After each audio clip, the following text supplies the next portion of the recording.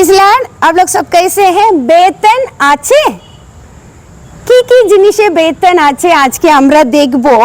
প্রথমটা, যে অন্যকে দোষারোপ করে গৌরব অন্বেষণ করে সে নিজের জীবনে কখনই সন্তুষ্ট হয় না।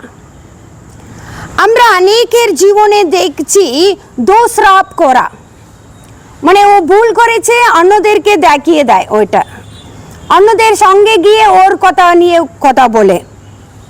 দোষারোপ করা, গৌরব অন্বেষণ করে যে নিজের জীবনে কখনই সন্তুষ্ট হয় না।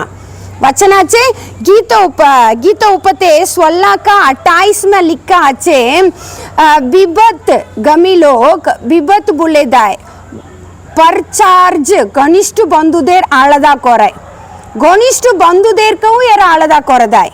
ওইটা বচনটা আপনি পড়ে দেখবেন। সেকেন্ডটা আছে, রাগ এমন কি আমাদের যোগদিবাদী চিন্তাকেও সাবিয়ে দেয়। মানে কি ভালো জিনিস আছে না এটা। যাকব 1:20 লিখা আছে, আমি আপনার জন্য পড়ছি। কারণ যখন কোনো ব্যক্তি রেগে যায় সে ঈশ্বরের ইচ্ছায় আর তার ধার্মিকতা অনুযায়ী কাজ করে না। মানে আমাদের রাগটা ঈশ্বরকে কাজ করতে দেয় না, সেই জন্য আমরা রাগ করাটা খুব ভালো নয়। এখানে লেখা আছে, রাগ এমন কি আমাদের যোগদিবাদী চিন্তাকেও হাবি হয়ে যায়, है ना। থার্ডটা আছে, ধৈর্য আমাদের সবচেয়ে বড় ভুল সংশোধন করার একটি ভালো সুযোগ হয়ে যায়, হয়ে ওঠে। খুব ভালো না। আমি একটা বচন পড়ছি, উপদেশ অধ্যায় 7:8 লিখা আছে, এমন গর্ববিত আত্মার থেকে ধৈর্যশীল আত্মা ভালো।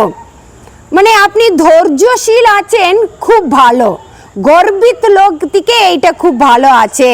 ফোর্থ ওয়ান আছে, পাপের কোনো পিস নাই। ভালো বুঝবেন, এখানে পাপের কোনো পিস নাই কিন্তু বেতন আছে। কিসের জন্য আমি পড়ছি, এরেমিয়া 5:25 লিখা আছে, আমাদের অন্যায় এই সব দূরে রেখেছে, আমাদের পাপ তোমাদের মঙ্গল হতে বাধা দেয়।